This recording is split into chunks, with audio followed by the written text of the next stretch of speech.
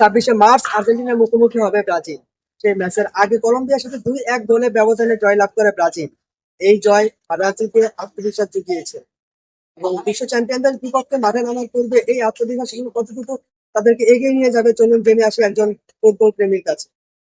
আজ যে কলম্বিয়ার সাথে ব্রাজিলের ম্যাচ হয়েছে, সেই ম্যাচটি অবশ্যই দেখা হয়েছে। জি, জি দেখছি।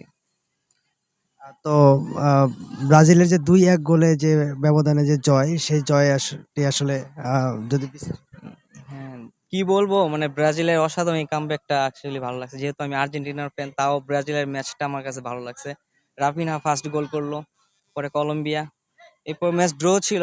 পরে এক্সট্রা টাইমে ভিনির অসাধারণ কামব্যাকটা আসলে ব্রাজিলকে অনেক একটা আত্মবিশ্বাস যোগাইতেছে 26 তারিখের ম্যাচের জন্য। আর্জেন্টিনার সাথে ভালো একটা ফাইট হবে আশা করতেছি, যেহেতু কলম্বিয়ার মতো একটা টিমকে আজকে ব্রাজিল হারাইছে। যে একটা ফাইটিং ম্যাচ দেখতে পাচ্ছি আমরা। আপনি যেহেতু আর্জেন্টিনার সাপোর্টার, তো সেক্ষেত্রে ব্রাজিলের কোনো প্লেয়ারকে আপনার মানে ভালো লাগে কিনা, বা কার খেলাটা বেশি ভালো লাগে? পার্সোনালি ব্রাজিলের মানে এরকম কোনো ফ্যান নাই, মানে কোনো প্লেয়ার নাই যে আমি তার একবার বেশি ভক্ত।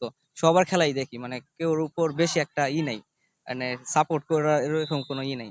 সবার খেলাই দেখি, তবে আর্জেন্টিনার মধ্যে মেসি আর মার্টিনেস এই দুজনকে আমি খুব পছন্দ করি। আরেকটা প্রশ্ন, নেইমার গত 1 বছর পর এবার খেলার সুযোগ পেয়েও সেই সুযোগটা হাতছাড়া হয়েছে শুধুমাত্র ইনজুরির কারণে। তো সামনে যেহেতু আর্জেন্টিনার সাথে খেলা রয়েছে, তো আর্জেন্টিনার সাথে যদি উনি না থাকেন, সেক্ষেত্রে আসলে টিমের জন্য কতটুকু বিপর্যয় হবে? দেখেন, নেইমার সৌদি ক্লাবে জয়েন করার পরেই ইনজুরিতে পড়ে গেছে 2-3 ম্যাচ খেলার পর।